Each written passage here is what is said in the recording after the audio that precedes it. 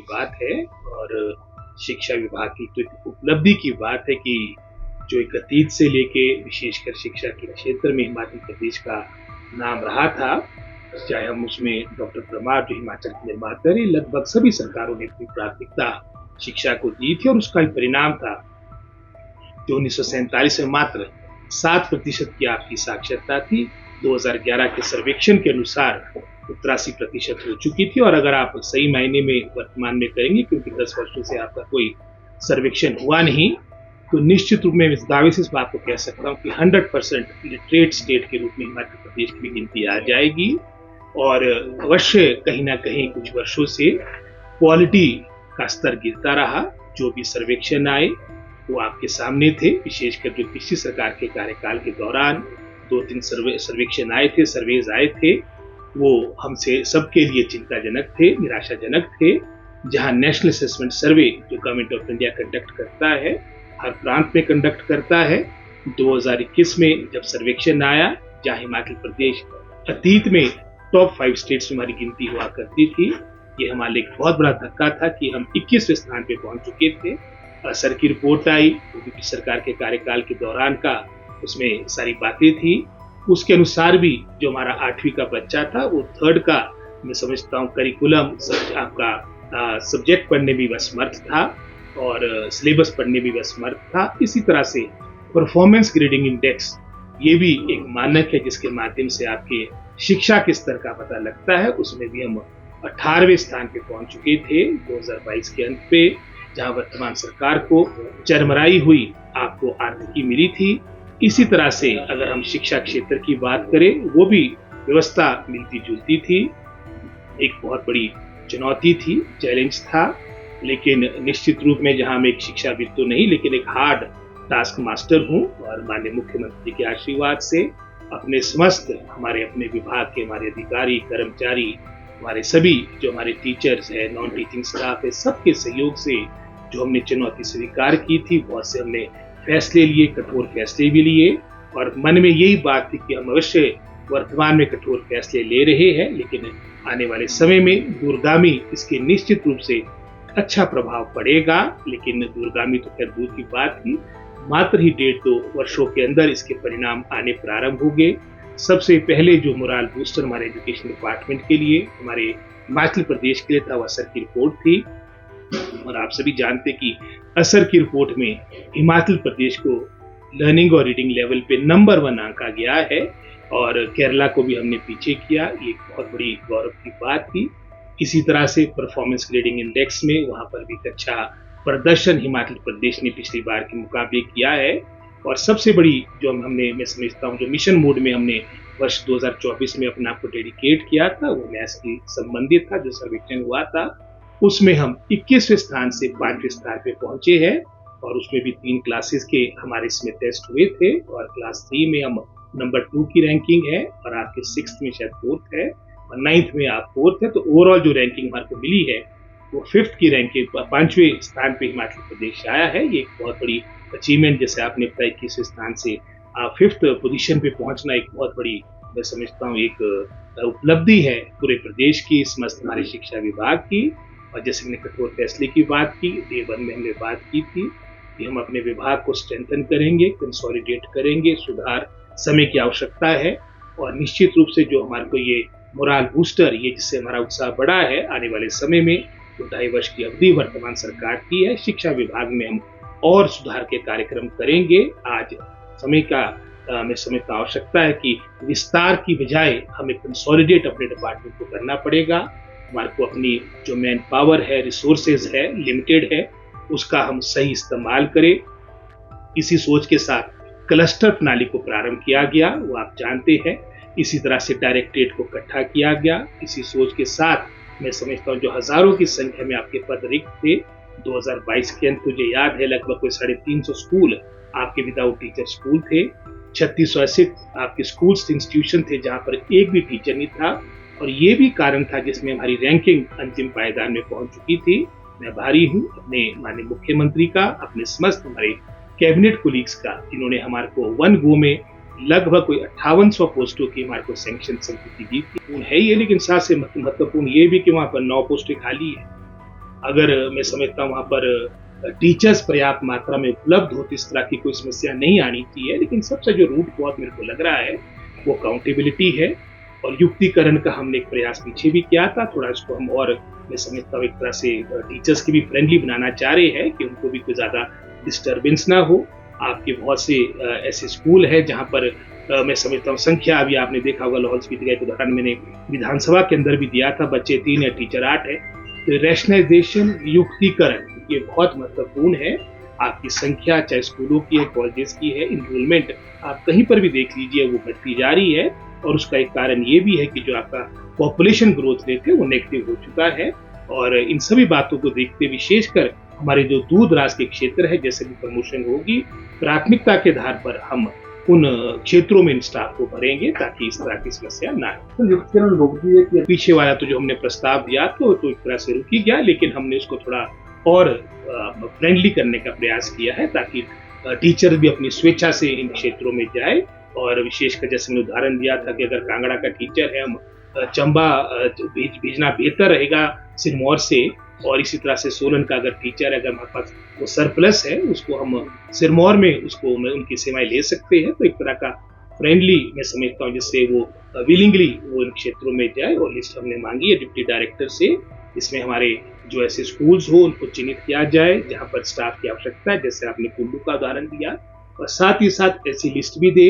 जहाँ पर आपका सरप्लस स्टाफ है। तो इन दोनों बातों का संतुलन लेके मेरा पूरा प्रयास रहेगा कि जो हमारे पास अवेलेबल हमारे पास मैन पावर है, अवेलेबल रिसोर्सेज है, उसका सही तरीके से हम सदुपयोग कर सकें। बिल्कुल जो मैंने जवाबदेही वाली बात की है, अकाउंटेबिलिटी वाली बात की है, वो कंसोलिडेशन और रैशनलाइजेशन सबसे महत्वपूर्ण है। और जब तक हम इन बातों को जोड़ेंगे नहीं, रिजल्ट के साथ जोड़ेंगे नहीं, तब तक मैं समझता हूँ परिणाम नहीं आएंगे। तो हमने इंक्रीमेंट रोकने का हालांकि कागजों में तो कई वर्षों से था, लास्ट ईयर हमने इसको करके भी दिखाया है और इस वर्ष इसको थोड़ा हमने आगे बढ़ाने की बात की कि जो हेड ऑफ द इंस्टीट्यूशन होंगे, वहाँ के प्रिंसिपल होंगे, ऑफिशिएटिंग प्रिंसिपल होंगे, हेडमास्टर होंगे, उनकी भी रिस्पॉन्सिबिलिटी तय होगी कि अगर रिजल्ट आपके निराशाजनक रहे। साथ ही साथ हमारे जो डिप्टी डायरेक्टर है उनके हमारे 4-5 डिप्टी डायरेक्टर्स और साथ में एडिशनल डायरेक्टर की अध्यक्षता में कमेटी बनी है, तो वो भी अपने अनुभव के अनुसार कि उनको मैं समझता हूँ कि एडमिशन है, शिक्षाविद है, वो अपने सुझाव देंगे कि जहाँ हमने एक तरह से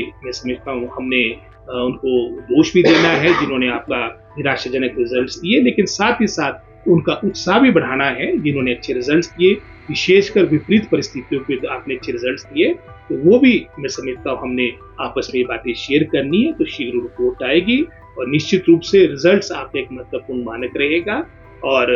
जो अच्छा परफॉर्म करेगा उसका उत्साह बढ़ाया जाएगा और जो मैं समझ जहाँ पर निराशाजनक रिजल्ट्स होंगे तो उसके अनुरूप हम डिपार्टमेंट कार्रवाई करेंगे। मानसून है और साथ ही साथ थोड़ा हमारा क्षेत्र आप जानते हैं प्रदेश थोड़ा पूजाई हमारा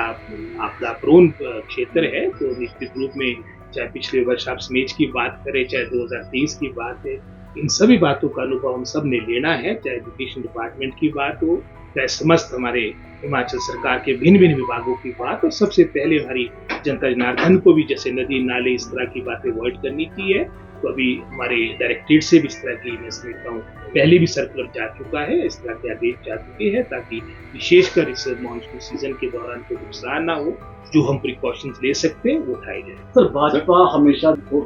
आप जानते ही है, जैसे मैंने उदाहरण के तौर पे एक एग्जाम्पल पहले दे दिया है, लेक्चरर्स पीजीटी जो आपके स्कूल में पढ़ाते हैं 11वीं-12वीं को, आपकी भाजपा सरकार के कार्यकाल के दौरान मात्र पूरे 5 वर्ष की अवधि में 511 टीचर लगे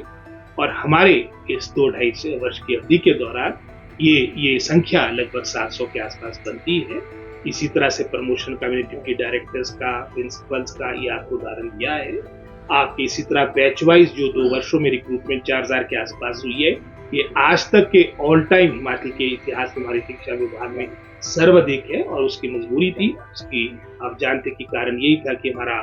जो हमीरपुर का चयन आयोग था फंक्शनल नहीं था, लेकिन अब तो हमीरपुर चयन आयोग ने भी कार्य करना प्रारंभ कर दिया और प्रथम चरण में हमारे को टीजीटी मेडिकल, नॉन मेडिकल और आर्ट्स की आवश्यकता है। 937 पोस्टों का जो मैंने एडवर्टाइजमेंट निकाला है वो भी मैं समझता हूँ इस प्रक्रिया से जुड़ा है। और इसके अलावा जैसे आपने एनईटी टीचर्स जो एनईपी पॉलिसी के तहत भी अनिवार्य है, लगभग 6200 की रिक्रूटमेंट हमारी HPSCDC के द्वारा हो रही है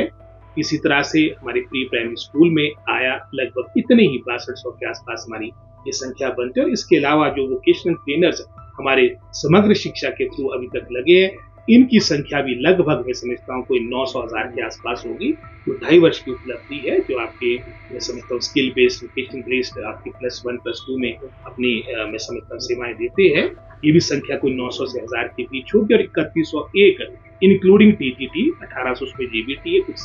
सीएंडवी के पद भी है। ये आपकी चयन आयोग हमीरपुर के पास हमारी ये लंबित है, ये रिक्रूटमेंट का प्रोसेस, इसमें से टीजीटी का प्रारंभ हो गया। और आप जानते हैं कि ये सब प्रक्रिया करनी बहुत कठिन भी होती है। विद इन डिपार्टमेंट एक मैं समझता हूँ उस प्रपोजल को फाइनेंस डिपार्टमेंट से स्वीकृत करवाना, कैबिनेट से सैंक्शन लेना, फिर आप जानते हैं कि कई तरह के लीगल हर्डल्स भी आ जाते हैं, वर्षों तक आपकी भर्तियां रुकी है। उदाहरण के तौर पे हमने जो मार्च में हैंडीकैप कोटे की हमारी जो जेबीटी की 183 पोस्टें बननी थी, आज तक हाई कोर्ट से स्टे है। तो वर्षों तक आपके स्टे लग जाते हैं, वो एक अलग इशू है।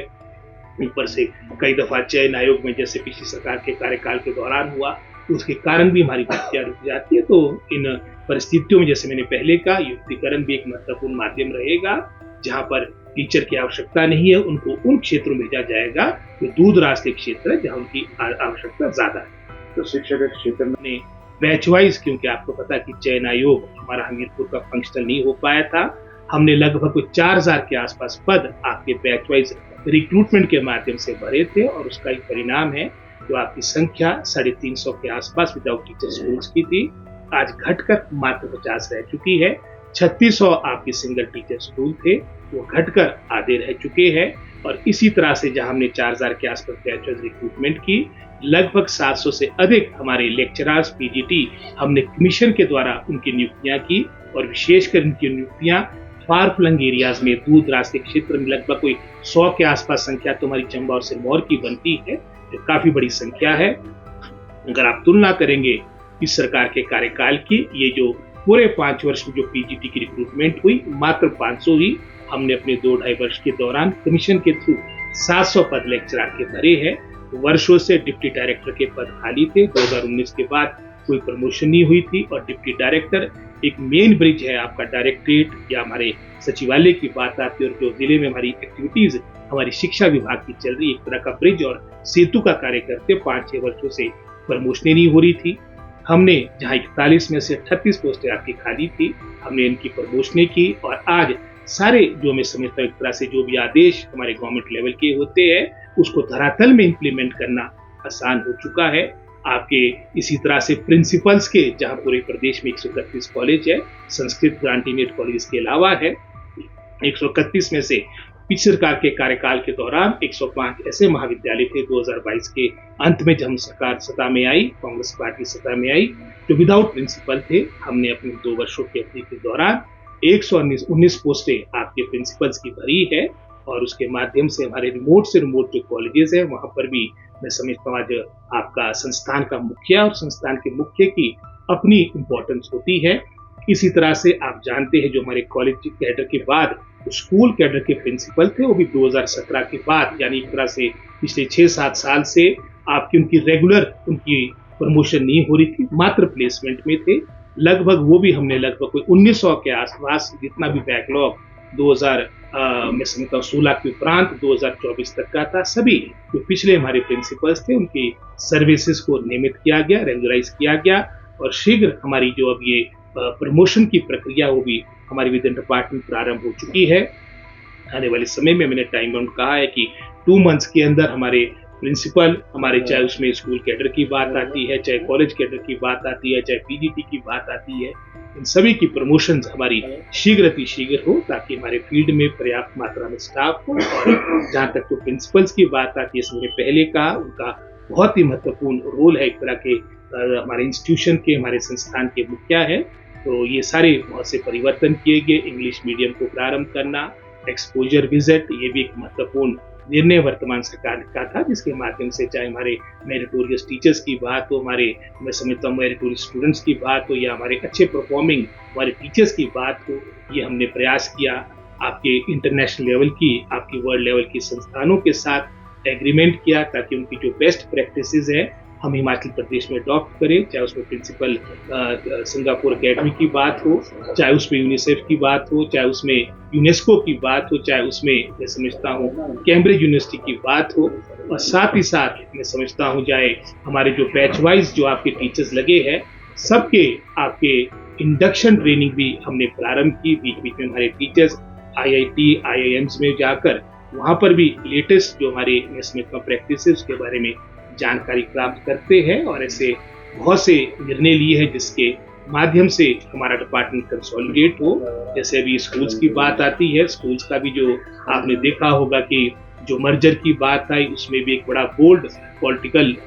इच्छा शक्ति की आवश्यकता थी, और उसके कारण ही जो हमारे ऐसे बहुत से स्कूल्स थे जहाँ पर मैं समझता हूँ एक भी आपका बच्चा नहीं था, तो वो हमने लगभग 400-450 आपके वो डिनोटिफाई हुए। इसके अलावा भी जहाँ पर संख्या बच्चों की नाम मात्र थी,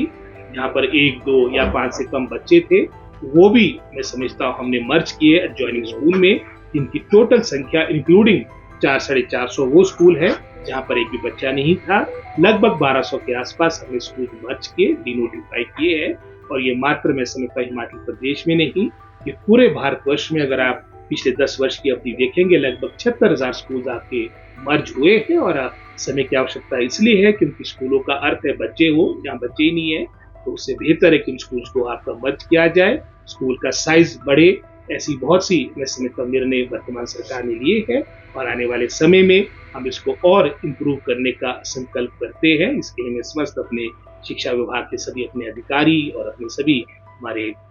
टीचर्स, हमारे सभी जो इससे हमें समझता संबंधित है, उनको इसकी हार्दिक बधाई देता हूँ। अगर आप ये वीडियो YouTube पर देख रहे हैं तो हमारे चैनल को सब्सक्राइब करें और बेल आइकन को दबाना ना भूलें। अगर आप Facebook पर ये वीडियो देख रहे हैं तो हमारे पेज को लाइक करें।